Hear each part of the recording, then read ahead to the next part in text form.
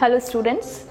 तो पिछले वीडियो में मैंने आपसे सेल मेम्ब्रेन के बारे में बात किया था कि सेल मेम्ब्रेन जो होता है उसका फ्लूइड मोजाइक मॉडल हमने ड्रॉ किया था और हमने देखा था कि फ्लूइड मोजाइक मॉडल किस तरह से काम करता है। ठीक है, तो इस वीडियो में अब हम लोग स्टार्ट करने वाले हैं हमारा सेल मेम्ब्रेन का फंक्शन, कि सेल मेम्ब्रेन जो होता है उसका फंक्शन क्या होता है। ठीक है, फॉर एग्जाम्पल एक लॉजिकली याद रखने के लिए, मतलब बस एक कॉमन सा पॉइंट अगर आपसे डायरेक्टली कहीं भी पूछ लिया जाए कि सेल मेम्ब्रेन का क्या फंक्शन है, तो आप तुरंत इंस्टेंटली क्या आंसर दे सकते हो कि ये जो होता है ये ट्रांसपोर्टेशन के लिए सबसे इंपॉर्टेंट है। तो आप ये आंसर कर सकते हो कि ये जो सेल मेम्ब्रेन होता है ये बेसिकली ट्रांसपोर्टेशन के लिए सबसे इंपॉर्टेंट है। यानी कि सेल के अंदर या अंदर से बाहर किसी भी चीज का मूवमेंट होगा तो ये एक गेट है। Cell membrane is a kind of gate, जहां से कोई भी चीज सेल के अंदर और सेल से बाहर की तरफ क्या होता है, ट्रांसपोर्ट होता है किसी चीज का। ठीक है, तो ये था आपका सिंपल लॉजिकल पॉइंट। लेकिन अगर आपसे पूछा जाए कि किस तरह का ट्रांसपोर्ट होता है, ठीक है, क्योंकि बात यहाँ पे सेल की है, हमारे बॉडी के सेल की है, तो ये ट्रांसपोर्ट भी होगा तो कुछ यूनिक ही होगा। तो देखिए किस तरह का ट्रांसपोर्ट होता है। तो हमें आज यही पढ़ना है कि यहाँ से सेल मेम्ब्रेन के जरिए कितने टाइप की चीजें हैं जिनका ट्रांसपोर्टेशन होता है। ठीक है, कितने तरह के मटेरियल है जिनका एक्सचेंज होता है, और होता है तो किस तरीके से होता है ना। तो हमारे सेल मेम्ब्रेन का सबसे पहला और सबसे मेजर फंक्शन जो है, जो कंप्लीट एक फंक्शन के लिस्ट में हम काउंट करने वाले हैं, that is membranes transport system. ठीक है, तो आज की हमारी जो टॉपिक है वो क्या है, that is function of cell membrane. It is function of cell membrane. और हम लोग अच्छे तरीके से जानते हैं कि सेल मेम्ब्रेन का जो सबसे इंपॉर्टेंट फंक्शन है वो क्या है, membrane transport. Membrane transport, this is the most important function कि मेम्ब्रेन के जरिए ट्रांसपोर्टेशन कैसे होता है। सबसे पहले मैं आपको एक बहुत ही इंपॉर्टेंट बात बता दूं कि ये जो मेम्ब्रेन होता है इसका नेचर होता है that it is selectively permeable. ठीक है, ये हमारी जो सेल मेम्ब्रेन होती है इट इज सेलेक्टिवली परमिएबल, यानी कि ये सभी चीजों को सेल के अंदर आने का परमिशन नहीं देते हैं। सेलेक्टिवली का मतलब होता है सेलेक्ट करने के बाद, चुने हुए, यानी कि कुछ चुनी हुई चीजें होंगी जो सिर्फ सेल के अंदर जाएंगी और जो सेल से बाहर आएंगी। हर एक चीज को ये एंट्री, हर एक तरह की चीज को ये ट्रांसपोर्ट का ऑर्डर नहीं देते हैं। तो ये जो मेम्ब्रेन होते हैं हमारे सेल मेम्ब्रेन क्या होते हैं, सेलेक्टिवली परमिएबल होते हैं। ठीक है, अब हम आते हैं कितने तरह का ट्रांसपोर्ट होता है। तो सबसे पहले आप पढ़ने वाले हैं डिटेल्ड में, दैट इज ऑस्मोसिस। ठीक है, दिस इज नंबर 1। जब हम सेकेंड कैटेगरी की बात करेंगे तो the second category is active transport. Okay, now we are coming on to our third category, that is passive transport. And number 4, that is bulk transport. ठीक है, तो ये 4 बेसिक टाइप ऑफ ट्रांसपोर्ट है जो हमारे सेल के जरिया, cell membrane के जरिया पूरा किया जाता है ना। तो ये 4 जो है ये काफी इंपॉर्टेंट लिस्ट में आते हैं। ठीक है, अब देखिए यहाँ पर ये जो ऑस्मोसिस है, एक्टिव ट्रांसपोर्ट है, पैसिव ट्रांसपोर्ट है और बल्क ट्रांसपोर्ट है, तो जाहिर सी बात है कि इस 4 का तरीका अलग होगा और इस चारों के जरिए जिस चीज को ट्रांसपोर्ट किया जाता है वो भी डिफरेंट होंगे। ठीक है, जरूरी नहीं है कि ऑस्मोसिस के जरिए जिस चीज का ट्रांसपोर्टेशन हो रहा है तो एक्टिव या पैसिव ट्रांसपोर्ट में उसी चीज का ट्रांसपोर्ट होगा, यानी कि मटेरियल चेंज हो सकता है। ठीक है, तो अलग अलग मटेरियल के अकॉर्डिंग, अलग अलग बिहेवियर के अकॉर्डिंग हमारे सेल मेम्ब्रेन जो है वो अपना ट्रांसपोर्टेशन पूरा कर लेते हैं। ठीक है, तो यहाँ पर हम थोड़ी सी ब्रीफिंग लेकर चलते हैं आपके लिए। देखिए, जब बात ऑस्मोसिस की होती है तो ऑस्मोसिस में वाटर का ट्रांसपोर्ट होता है। It is related with the transport of water molecule from region of high concentration to the region of lower concentration। ठीक है, फॉर एग्जाम्पल अगर मैं एक छोटा सा प्लांट बनाऊं यहाँ पे, ठीक है, ये जो प्लांट के सेल होंगे है ना, तो प्लांट सेल में जड़ जो होती है रूट, रूट वाटर का ट्रांसपोर्टेशन करता है। आपको पता है जड़ से ही पानी जो है वो प्लांट में ऊपर तक जाता है। तो यहाँ पे जो प्लांट का रूट है उसके जो सेल हैं वो वाटर को नीचे से ऊपर की तरफ पहुंचा रहे हैं, ठीक है। तो यहाँ पर बहुत बच्चे ऐसा समझते हैं कि from high concentration to low concentration का मतलब होता होगा कि ऊपर से कोई चीज नीचे आ रही है। यहाँ पर पोजीशन के अकॉर्डिंग हाई और लो नहीं होता है, यहाँ पर चीज के अमाउंट, कॉन्सेंट्रेशन, सांद्रता, कितना ज्यादा कॉन्सेंट्रेशन है, कितनी ज्यादा चीजें हैं, उसके अकॉर्डिंग हम लोग हाई से लो की बात करते हैं। देखिए यहाँ पे ऑस्मोसिस में क्या होता है कि हाई कॉन्सेंट्रेशन से लो कॉन्सेंट्रेशन की तरफ चीज को भेजा जाता है। तो हाई कॉन्सेंट्रेशन की हिंदी क्या होगी? उच्च सांद्रता, लो कॉन्सेंट्रेशन निम्न सांद्रता, है ना। तो वहां से ट्रांसपोर्टेशन होता है। देखिए नीचे में, मिट्टी के नीचे वाटर बहुत ज्यादा है, ठीक है। वाटर की कॉन्सेंट्रेशन यहाँ पे क्या है? बहुत ही ज्यादा है। तो प्लांट के जो रूट हैं वो पानी को एब्जॉर्ब करते हैं और ये धीरे धीरे इस चीज को क्या करते हैं? ऊपर की तरफ पहुंचा देते हैं। It is a very special mechanism जो प्लांट फिजियोलॉजी का जब मैं वीडियो स्टार्ट करूंगी उसमें आप पूरी डिटेल में पढ़ेंगे कि कैसे प्लांट में वाटर का ट्रांसपोर्टेशन होता है। It is very much interesting to know. अब यहाँ देखिए, यहाँ पे वाटर की कॉन्सेंट्रेशन ज्यादा है और वाटर मॉलिक्यूल्स को रूट जो है वो ऊपर की तरफ ले जा रही है ना, by the help of xylem. तो ये जो चीज हो रहा है यहाँ पर हम कह सकते हैं कि ऑस्मोसिस हो रही है। क्यों? क्योंकि ऑस्मोसिस की दोनों डेफिनेशन, यहाँ पर दोनों डेफिनेशन से हम सहमत हो रहे हैं। ऑस्मोसिस में वाटर मॉलिक्यूल का ट्रांसपोर्ट होता है और ये ट्रांसपोर्ट हाई से लो की तरफ होता है, ठीक है। तो देखिए यहाँ पर वाटर मॉलिक्यूल का ट्रांसपोर्ट हो रहा है और जहां पर पानी बहुत ज्यादा है, अमाउंट ज्यादा है, वहां से कम की तरफ पानी को भेजा जा रहा है जहां पर पानी की जरूरत है ना। तो इस तरह से हम क्या देख रहे हैं कि ऑस्मोसिस जो है ये यहाँ पर कुछ वाटर मॉलिक्यूल्स के ट्रांसपोर्टेशन में मदद कर रही है। तो this is all about osmosis. अब हम यहाँ आते हैं एक्टिव ट्रांसपोर्ट। एक्टिव, ठीक है। तो यहाँ पर क्या होता है कि यहाँ पर आपको एक पॉइंट याद रखनी होती है, एक्टिविटी, यानी कि एक्टिव रहने के लिए क्या चाहिए होता है? एनर्जी चाहिए होता है, ठीक है। आप अगर दो एक्सरसाइज करते हो, एक बॉल को ऊपर से नीचे की तरफ ड्रॉप करते हो तो आपको एनर्जी खर्च नहीं करनी होती है, it is very much easy. लेकिन अगर आप उसी बॉल को नीचे से ऊपर की तरफ अगर फेंक रहे हो तो आपको थोड़ी एनर्जी उसमें लगानी पड़ती है, थोड़ी एनर्जी उसमें देनी पड़ती है। Just this is the definition कि अगर कोई काम एक्टिव ट्रांसपोर्ट से होगा तो वहां पर हमें देनी होगी एनर्जी, हमें वहां पर एनर्जी खर्च करनी होगी। और दूसरा चीज आप क्या गेस कर सकते हो कि जरूर यहां पर कोई चीज लो कॉन्सेंट्रेशन से हाई कॉन्सेंट्रेशन की तरफ जा रही है। अगर एक आदमी के पास कम पैसा है और उसी में से उसको किसी दूसरे को देना है तो उसके लिए थोड़ी मुश्किल है। लेकिन अगर किसी के पास बहुत ज्यादा पैसा है तो उसमें से वो थोड़ा किसी को दे दे तो मुश्किल नहीं है ना। तो यहाँ पे यही थिंकिंग करना है आपको कि चीज पहले से ही कम है और कम में से भी बांटना है, लो से भेजना है हाई की तरफ। यानी कि जहां पर ज्यादा जरूरत है, हाई रिक्वायरमेंट है, वहां हमें उस चीज को भेजना है तो हमें वहां पर एनर्जी खर्च करनी पड़ेगी, हमें वहां पर कुछ ना कुछ सोर्स लगाना होगा, तभी वो चीज हमें मिल सकती है। तो एक्टिव ट्रांसपोर्ट में हमें क्या यूज करना होता है? ATP energy. ये बिना एनर्जी के नहीं होता है, ठीक है। अब आते हैं पैसिव ट्रांसपोर्ट की तरफ।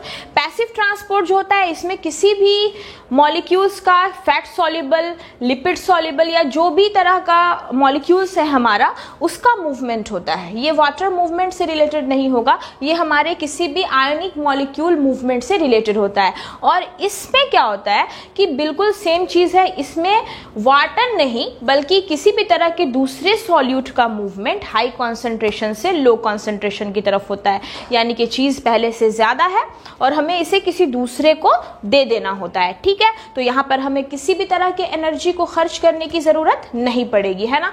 लेकिन इसका दो तरीका है, ठीक है। पैसिव ट्रांसपोर्ट के दो फॉर्म्स हैं जो कि आपको पढ़ने हैं। Number 1 is simple diffusion and number 2 is facilitated diffusion. Second क्या हो गया अपना? Facilitated diffusion. तो मैं आपको एक बात बता दूं यहाँ पे कि एनर्जी तो खर्च नहीं करनी है, लेकिन इसका दो प्रोसेस है, एक सिंपल डिफ्यूजन है और एक फैसिलिटेटेड डिफ्यूजन है। अगर किसी चीज को सिंपली कहीं पर पहुंचाना है ठीक है, कोई लिपिड का टुकड़ा है, उसको सिंपल तरीके से सेल में कहीं पर भी छोड़ देना है, तो उस तरह के प्रोसेस में हम क्या बोलेंगे, सिंपल डिफ्यूजन। मतलब इसमें कोई हम एक्स्ट्रा एक्टिविटी नहीं कर रहे, ये सिंपली सेल ने इसको लिया और किसी जगह पे भी ड्रॉप कर दिया, ठीक है। लेकिन फैसिलिटेटेड डिफ्यूजन, यहां पर बात फैसिलिटी की हो गई, यानी कि कुछ फैसिलिटी के साथ आप किसी भी मटेरियल को ट्रांसपोर्ट करेंगे। तो यहां पर आप सोच रहे होंगे कि यहां पर फैसिलिटी के लिए कौन सी चीज आती है, तो मैं आपको बता दूं कि यहां पर हम बात करेंगे डिटेल में स्पेशल प्रोटीन के बारे में, ठीक है। कुछ स्पेशल प्रोटीन है, फॉर एग्जाम्पल ये सेल मेम्ब्रेन है, तो यहाँ पर कुछ स्पेशल प्रोटीन है जो किसी मटेरियल को लेकर किसी स्पेशल जगह पे ड्रॉप कर रहा है, जहां पर उसकी जरूरत है उस चीज की वहीं पर ड्रॉप कर रहा है। लेकिन अगर सिंपल डिफ्यूजन की मैं बात करूं तो कोई भी मटेरियल सेल के अंदर इंटर करके कहीं भी जाकर रुक सकता है, किसी भी जगह पर जाकर वो रुक सकता है। उसके लिए कोई स्पेशल ना तो रिसीव करने वाला है और ना ही कोई स्पेशल जगह है। लेकिन जो हमारा फैसिलिटेटेड डिफ्यूजन है, ये रिसीव भी करेगा फैसिलिटी के साथ, किसी स्पेशल कैरियर के मदद से रिसीव करेगा और किसी स्पेशल जगह पे छोड़ेगा। फॉर एग्जाम्पल, इसका सबसे बेहतरीन एग्जाम्पल अगर मैं आपको दूं तो ग्लूकोज। अगर हमने ग्लूकोज लिया तो हमारे ब्लड में इंस्टेंट एनर्जी की जरूरत है, हम उसको डायरेक्ट चाहते हैं कि ये हमारे ब्लड में मिक्स हो जाए ताकि हमें इंस्टेंट एनर्जी मिले, हम नहीं चाहते कि ये कहीं जाकर स्टोर हो। तो अगर हम ग्लूकोज को लेंगे तो ग्लूकोज में फैसिलिटेटेड डिफ्यूजन होता है, क्योंकि ग्लूकोज हम तभी लेते हैं जब हमें एनर्जी चाहिए होती है। तो ग्लूकोज आया हमारे अंदर, फैसिलिटेटेड डिफ्यूजन में प्रोटीन्स हैं जिन्होंने उस ग्लूकोज को स्पेशली रिसीव किया और ले जाकर आपके एरिथ्रोसाइट्स के साथ ऐड कर दिया, आपके एरिथ्रोसाइट्स में उसका ट्रांसपोर्टेशन कर दिया, यानी कि रेड ब्लड सेल के साथ। तो आपको एनर्जी इंस्टेंट मिल जाएगी। तो उसको स्टोरेज हाउस में नहीं ले जाया गया, कहीं और जाकर स्टोर नहीं किया गया। तो फैसिलिटेटेड डिफ्यूजन में हमें यह बेनिफिट होती है कि हमें इंस्टेंटली किसी भी प्रोडक्ट का ट्रांसपोर्ट आसानी से पूरा होता हुआ मिलता है और साथ साथ हमारा काम आसान हो जाता है। अब यहां बात करते हैं दैट इज बल्क ट्रांसपोर्ट। तो बल्क ट्रांसपोर्ट में मैं आपको बता दूं, आपको दो टर्म्स पढ़ने होते हैं यहां पे, that is number 1 is pinocytosis and number 2 is phagocytosis, ठीक है। तो बल्क का मतलब होता है मास, है ना, एक ज्यादा अमाउंट में चीज। तो छोटी छोटी चीजें ट्रांसपोर्ट कर रही थी, छोटे छोटे टुकड़े आ रहे हैं, छोटा सा लिपिड आ रहा है, छोटा सा ग्लूकोज मॉलिक्यूल्स आ रहा है, तो इट्स ओके। लेकिन अगर बल्क में ट्रांसपोर्ट होगा, सेल को एक ही बार बहुत ज्यादा पानी चाहिए, बहुत ज्यादा वाटर चाहिए और सेल को एक ही बार काफी ज्यादा फूड चाहिए, ठीक है, अपने अंदर कुछ ज्यादा प्रोडक्ट चाहिए, तो उस समय इस तीन के अलावा हमारे पास एक और मीडियम है दैट इज बल्क ट्रांसपोर्ट, ठीक है। तो सेल ड्रिंकिंग और सेल ईटिंग, ठीक है। पाइनोसाइटोसिस याद रखना है, सेल ड्रिंकिंग, जब सेल को बहुत ज्यादा लिक्विड कंटेंट एक साथ चाहिए होता है, then that process is pinocytosis. And cell eating यानी कि फैगोसाइटोसिस, ठीक है। इसके बारे में आपको डिटेल पता चलेगा कि पाइनोसाइटोसिस और फैगोसाइटोसिस में क्या क्या चीजें शामिल होती हैं। तो ये है हमारे वीडियो का ब्रीफिंग कि आप आज क्या सीखने वाले हैं। अब सवाल आता है कि आपको एक कंप्लीट डेफिनेशन के साथ पूरी इंफॉर्मेशन दी जाए, तो सबसे पहले हम लोग बात करते हैं ऑस्मोसिस के डेफिनेशन के बारे में कि ऑस्मोसिस क्या है, क्या होगा इसका proper definition. Next we will talk about the mediums of transport, ठीक है। तो let's start with our definition part for your board exams as well as for your knowledge.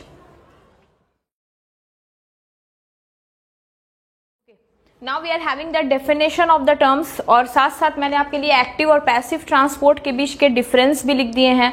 अक्सर एग्जाम में ये क्वेश्चंस पूछे जाते हैं कि डिफरेंस बताइए एक्टिव और पैसिव ट्रांसपोर्ट में, स्ट्रेट क्वेश्चन। ऐसे तो आप पॉइंट्स रेडी कर सकते हो बिल्कुल, नॉलेज के बाद आप अपना डिफरेंस भी बना सकते हो, लेकिन एक लिमिटेड डिफरेंस तक ही नहीं रहना होता है, आपको कुछ और भी पॉइंट्स डिफरेंसेस के जरिए समझ में आ जाती हैं, ठीक है। तो चलिए सबसे पहले मैं ऑस्मोसिस को डिफाइन कर दूं। सबसे पहले आप मेरी खुद की लैंग्वेज का डेफिनेशन सुने, उसके बाद हम वर्ड्स पे जाएंगे।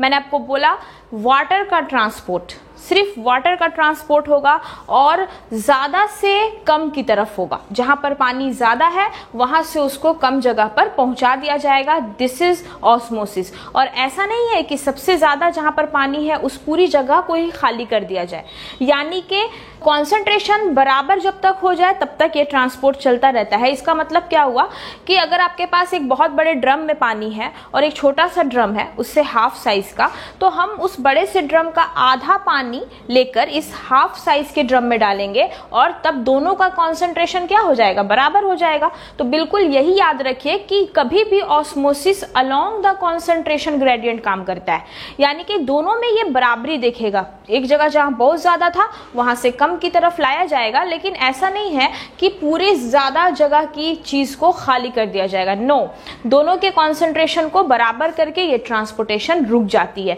तो इसी को हम क्या कहते हैं, अलोंग द कॉन्सेंट्रेशन ग्रेडियंट, यानी कि ऑस्मोसिस जो है वो बराबरी का काम करता है। जब तक दोनों तरफ का रेशियो बराबर हो जाएगा उसके बाद ऑस्मोसिस कंप्लीट हो जाता है। ठीक है, तो let's have a look on definition.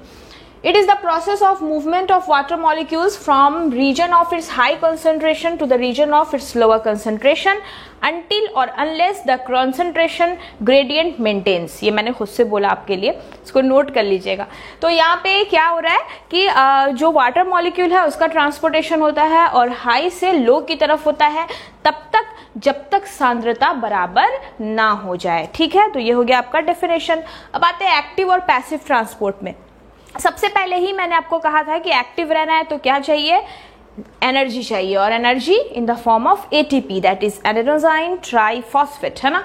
तो देखिए एक्टिव ट्रांसपोर्ट की बात होगी तो एनर्जी चाहिए, उसी की इंग्लिश मैंने लिखी है एनर्जी, मतलब एनर्जी, और चाहिए का मतलब रिक्वायर्ड, दैट इज एटीपी यहाँ पर चाहिए होगी। लेकिन इनको कोई एनर्जी नहीं चाहिए होती है और ये बिना किसी एनर्जी के भी अपना काम आसानी से कर रहे होते हैं, दैट इज पैसिव ट्रांसपोर्ट।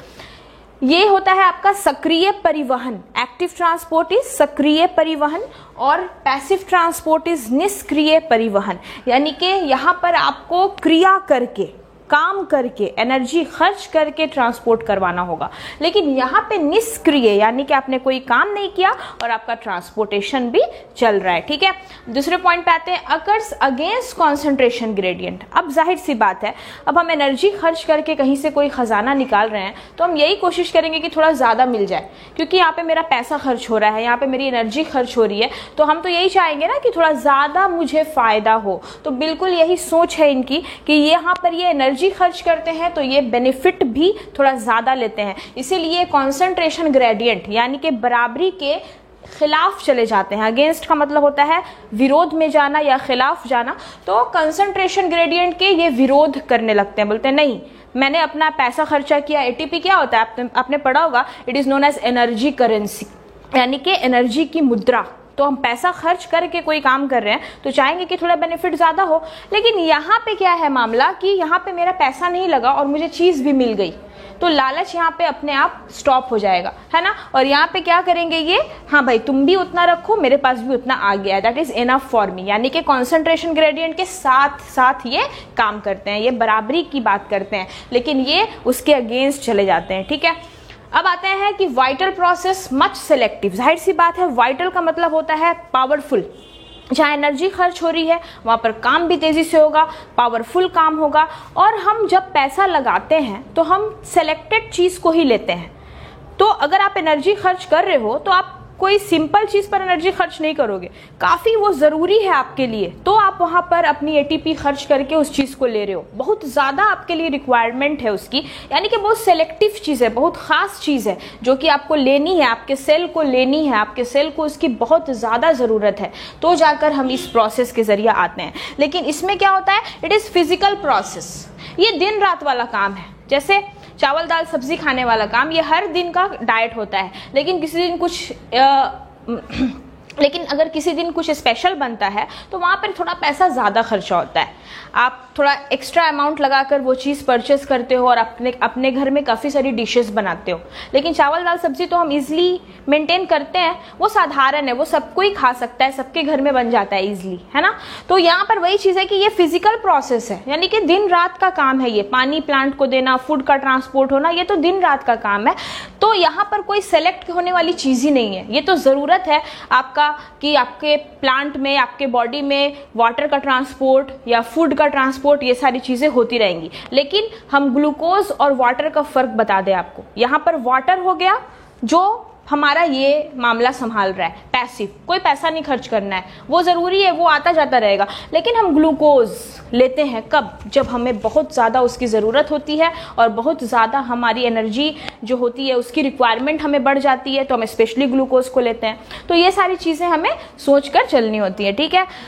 तो अगले पॉइंट पे आते हैं। अगला पॉइंट है रैपिड कैरियर प्रोटीन्स रिक्वायर्ड, यानी कि एक्टिव ट्रांसपोर्ट है। अगर ये पैसा खर्च हो रहा है, यहाँ पे एनर्जी खर्च हो रही है, तो हमें काम भी तेजी से मिलेगा और हमें वहां पर कोई स्पेशल प्रोटीन भी चाहिए होगा जो इस काम को पूरा कर सके, ठीक है। लेकिन यहाँ पे क्या है, पैसिव, ये स्लो है और यहाँ पर जो कैरियर प्रोटीन्स होते हैं उनकी जरूरत नहीं होती है। ये सेल मेम्ब्रेन से आसानी से इनका ट्रांसपोर्टेशन हो जाता है, ठीक है। अब आते हैं अपने लास्ट पॉइंट पर कि इस प्रोसेस में किसी भी एक्सटर्नल फैक्टर का, टेम्परेचर का, प्रेशर का, ये सब का काफ़ी ज़्यादा असर पड़ता है और ऐसा हो जाता है कि प्रोसेस रुक भी जाता है। यानी कि ये अपने माहौल में काम करना चाहते हैं।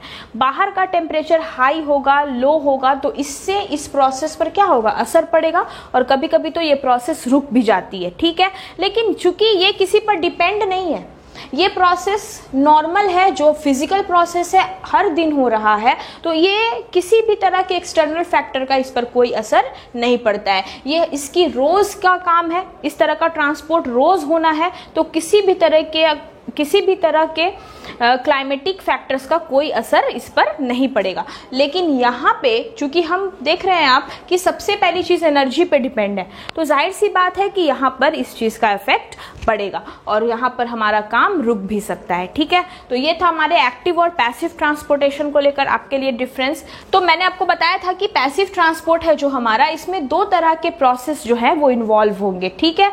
एक होता है हमारा सिंपल डिफ्यूजन और दूसरा होता है हमारा फैसिलिटेटेड डिफ्यूजन। तो जब फैसिलिटेटेड डिफ्यूजन की बात आती है तो हमें कभी कभी कुछ स्पेशल कैरियर प्रोटीन्स को इन्वॉल्व करना पड़ जाता है, लेकिन जो सिंपल डिफ्यूजन है वो सिंपली क्या करता है, अपना प्रोसेस पूरा कर लेता है। तो आइए देखते हैं कि क्या डिफरेंसेस है हमारे simple diffusion of passive transport में और साथ साथ facilitated diffusion of passive transport में। Let's have a look on the differences.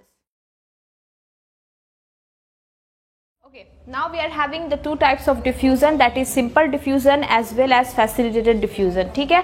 तो अपनी बात हो चुकी है इस बारे में, फिर भी अब आते हैं डेफिनेशन कंटेंट पे, ठीक है। It is transport of metabolites across the membrane along concentration gradient, यानी कि यहाँ पर जो ट्रांसपोर्ट होगा मेम्ब्रेन के जरिया वो एक सिंपल ट्रांसपोर्ट होगा जहाँ पर कॉन्सेंट्रेशन ग्रेडियंट का ख्याल रखा जाएगा, यानी कि रेशियो को बराबर रखा जाएगा, ठीक है। तो यहाँ पे जैसे लिपिड सॉल्युबल सब्सटेंस वसा में घुलकर किसी चीज का अंदर आना, तो लिपिड सॉल्युबल सब्सटेंस का जो ट्रांसपोर्ट होता है ना वो सिंपल डिफ्यूजन से होता है। यहाँ पर चैनल्स बने हुए हैं, ठीक है। क्या होता है कि यहाँ पे जो ट्रांसपोर्टेशन होता है इसको हम लोग चैनल ट्रांसपोर्ट भी कहते हैं। चैनल ट्रांसपोर्ट के जरिया पार्टिकुलर चैनल की मदद से, पार्टिकुलर रास्ते की मदद से किसी पार्टिकुलर मटेरियल का ट्रांसपोर्ट करा दिया जाता है। This is known as channel transport. तो देखिए यहाँ पे क्या है, ions are transported through a specific ion channel through particular ion gate. तो आयन गेट से क्या मतलब है, आयंस जो होते हैं जैसे सोडियम हुआ, पोटेशियम हुआ, मैग्नीशियम हुआ, इन सारी चीजों को सेल के अंदर एंट्री लेनी है हमारे आयंस को, तो उनके लिए एक पार्टिकुलर आयनिक गेट है। अगर हमारे सेल को सोडियम की ज्यादा आवश्यकता है और पोटेशियम की आवश्यकता कम है, तो ही ये सोडियम गेट ओपन होगा और सोडियम अंदर आएगा। और वो पोटेशियम अगर ज़्यादा है और उसको हमें बाहर की तरफ आउटवर्ड करना है तो पोटेशियम जो है वो आसानी से उसका मूवमेंट बाहर की तरफ हो जाएगा। This is known as ionic channel gate. ये आप कंप्लीट समझने वाले हैं ट्रांसपोर्ट इन प्लांट चैप्टर में, जो कि प्लांट फिजियोलॉजी का चैप्टर है। वहां पर जाकर आपको कंप्लीट ट्रांसपोर्टेशन सिस्टम पढ़ाया जाएगा। यहां पर हमारा फोकस हमारे सेल मेम्ब्रेन के फंक्शंस पर है, जिसका बेसिक कंटेंट मैंने आपको यहाँ पे दिया है। ठीक है, तो यहाँ पे चैनल का यानी कि आयनिक चैनल्स जो होते हैं, आयनिक गेट जो होते हैं, उनकी मदद से ट्रांसपोर्टेशन किया जाता है। Next we are coming on to facilitated diffusion. मैंने आपको पहले ही बोला कि यहाँ पर एक शाही सवारी यानी कि एक खास सवारी रहती है जिस पर सवार होकर हमारे मटेरियल्स जो होते हैं वो सेल के अंदर एंट्री लेते हैं, और वो शाही सवारी कुछ और नहीं बल्कि है हमारा प्रोटीन, जिसमें से एक का नाम मैंने आपको दिया, दैट इज परमिएजेस। परमिशन से याद रखिए, परमिएज ये परमिशन देगा तो ही किसी चीज को आपका सेल अंदर की तरफ इनबिल्ड कर सकता है। ठीक है, the metabolites binds to the carrier protein. ये जो मेटाबोलाइट्स हैं समझिए ये खास मेहमान है। ठीक है, binds to the carrier protein, ये अपनी सवारी पर बैठ चुके हैं, यानी कि इनकी जो शाही सवारी है that is protein, career protein, ये इनके ऊपर सवार हो चुके हैं और ये दोनों मिलकर एक कॉम्प्लेक्स बना देते हैं और ये आसानी से हमारे सेल के अंदर उस खास जगह पर जाकर इनको छोड़ दिया जाता है जहां इनके रहने का इंतजाम किया गया है। मीन्स अगर ग्लूकोज आपने लिया तो ग्लूकोज यहाँ पर हो जाता है आपका मेटाबोलाइट्स। ग्लूकोज को परमिएज ने अपने अंदर लिया, अपने साथ अटैच किया, कॉम्प्लेक्स बनाया, तो परमिएज हो जाता है यहाँ पर शाही सवारी, और जहाँ लाकर छोड़ा गया वो हो गई खास रहने की जगह, दैट इज आपका blood, red blood cell, that is erythrocytes. I hope you people are understanding it very well. जितना लॉजिकल और जितना आसानी से आप समझ सकते हैं कॉमन बातों से रिलेट करके, मुझे नहीं लगता कि बुकिश लैंग्वेज या बुक का डेफिनेशंस आपके स्टडीज़ को उतना इम्प्रूव करता है, क्योंकि हमें लॉजिकली चीज़ों को समझने की ज़रूरत होती है ताकि हम इसे 10 साल बाद भी अपने तरीक़ा से एक्सप्लेन कर सकें। तो यही मेरा तरीका है जिससे मैं कोशिश करती हूँ कि मैं आपको वो सारी बातें आपके अंदाज से समझा सकूँ, ना कि बुकिश वर्ड से। लेकिन जहाँ भी आपको कोई डाउट हो, किसी भी तरह का सवाल हो, आप डायरेक्टली मुझसे मेरे कमेंट सेक्शन में पूछ सकते हैं, आपको बिल्कुल उसका रिप्लाई मिल जाया करेगा। ठीक है, तो अभी तक हम पहुँचे हमारे पैसिव डिफ्यूजन पे। अब हम आते हैं अपने इस टॉपिक के लास्ट मोड पे, दैट इज बल्क ट्रांसपोर्ट। ठीक है, तो बल्क ट्रांसपोर्ट में झुंड में, काफ़ी बड़े ह्यूज झुंड में हमें सामान का ट्रांसपोर्ट करना है, लेकिन दो चीज़ का झुंड होता है। एक इंसान अपने सेल को दो चीज़ सबसे ज़्यादा देता है, या तो पानी या तो खाना, है ना। दो चीज़ है जो हमारे अंदर सबसे ज़्यादा जाती है। ग्लूकोज भी हम लोग किसी किसी टाइम पीते हैं, जूसेस भी हम लोग किसी किसी पार्टिकुलर टाइम पे पीते हैं। ठीक है, कोई मिठाई, ज़रूरी नहीं कि हर दिन हम एक मिठाई खाते हो, किसी दिन खाया गया, किसी दिन नहीं खाया हमने। Pizza, burger, sandwich, it is all Moody food. लेकिन पानी और चावल, दाल, सब्जी, रोटी, सब्जी जो नॉर्मल खाना है वो तो डेली का डाइट है। तो हमारे सेल को दो चीज़ भरपूर चाहिए, एक पानी that is pinocytosis of the cell, and दूसरा खाना that is phagocytosis of the cell, है ना। तो यहाँ पे अब मैं आपको बता दूं कि पानी को एक ग्लास में, हम लोग पानी कैसे पीते हैं, ग्लास में रख के पानी पीते हैं। ठीक है, तो एक ग्लास में मैंने पानी भरा और तब मैंने पिया। ठीक उसी तरह से हमारा सेल भी एक स्पेशल ग्लास रखता है और उसमें वो पानी ज्यादा भर लेता है और उसको तब जाकर अपने अंदर रख लेता है, और उस ग्लास का नाम क्या हो गया, पाइनोजोम। जोमा माने body, pino is related with water, यानी कि cell is drinking water in the glass and the name of glass is pinosome, that's it. और तो हमारे पास एक प्लेट होता है और उस प्लेट में हम खाना रखते हैं और उस खाने को हम खा लेते हैं। तो हमारे खाने को हमने एक जगह पे रखा, तब अपने अंदर हमने उसको धीरे धीरे हम लोग उसको धीरे धीरे खा रहे हैं। ठीक उसी तरह से सेल भी खाने को एक प्लेट में सजाता है। That plate is commonly vesicle, ये गोल सा वेसिकल है। मान लीजिए ये हो गया हमारे सेल का प्लेट, ठीक है, और इस वेसिकल का नाम होता है फैगोजोम। तो याद रखिए, सेल पानी पीने के लिए एक वेसिकल रखता है, that vesicle is known as pinosome, और सेल खाना खाने के लिए एक वेसिकल रखता है, दैट पार्टिकुलर वेसिकल और plate is known as phagosome. तो फैगोजोम और पाइनोजोम ये दोनों मिलकर आपको आपके प्रोसेस को समझा सकेंगे, that is pinocytosis and phagocytosis. तो चलिए आपके लिए डेफिनेशन रेडी करते हैं कि क्या है पाइनोसाइटोसिस और क्या है phagocytosis. Let's have a look on the definition. We are having the bulk transport. Bulk का मतलब होता है मास। मैंने आपको बार बार क्लियर किया ये चीज, जिस चीज को हम बहुत ज्यादा लेते हैं, मतलब बहुत ज्यादा जिस चीज का स्टोरेज हो, बहुत ज्यादा जिसकी रिक्वायरमेंट हो, जिस चीज को आप ज्यादा क्वांटिटी में ले रहे हैं, तो वहां पर हम बल्क यूज करते हैं। तो यहाँ पर पाइनोसाइटोसिस और फैगोसाइटोसिस ये दोनों आते हैं बल्क ट्रांसपोर्ट में। पाइनोसाइटोसिस इज सेल ड्रिंकिंग, यानी कि सेल को कुछ फ्लूइड की जरूरत है, किसी तरल पदार्थ की जरूरत है, वाटर रिलेटेड या वाटर आयंस या वाटर्स की जरूरत है, फ्लूइड की जरूरत है, तो then it is known as pinocytosis. और जब हमारे सेल को किसी सॉलिड चीज की जरूरत है, किसी फूड मटेरियल की जरूरत है, तो then it is known as phagocytosis, है ना। तो देखिए यहाँ पे डेफिनेशन अपने आप क्लियर हो जाएगा आपका कि bulk transport of fluid take place. Pinocytosis में क्या होता है, किसी फ्लूइड का, किसी तरल पदार्थ का, किसी लिक्विड का ट्रांसपोर्टेशन होता है यहाँ पे।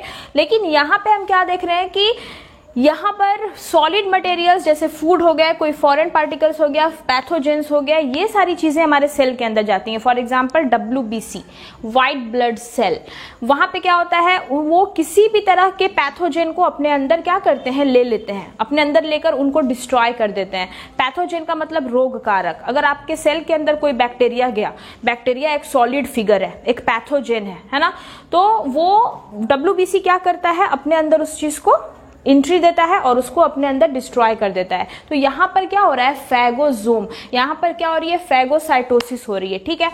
अब वो पार्टिकुलर वेसिकल जिसके अंदर सेल के उस पार्टिकुलर वेसिकल में जहां पर आकर ये चीजें इंटर कर रही हैं, जो इन चीजों को एंट्री दे रहा है, दैट पार्टिकुलर वेसिकल, अगर हम पाइनोसाइटोसिस की बात करें तो हमारे सेल का कोई ऐसा वेसिकल जो मैक्सिमम लिक्विड को स्टोर करके हमारे साइटोप्लाज्म में लाकर छोड़ रहा है, तो that vesicle is known as pinosome, इसको हम कहेंगे पाइनोजोम। ठीक उसी तरह से हमारा जो फूड मटेरियल है, अगर वो हमारा कोई वेसिकल्स उस चीज को हमारे साइटोप्लाज्म में लाकर ड्रॉप कर रहा है, तो then it is known as फैगोजोम।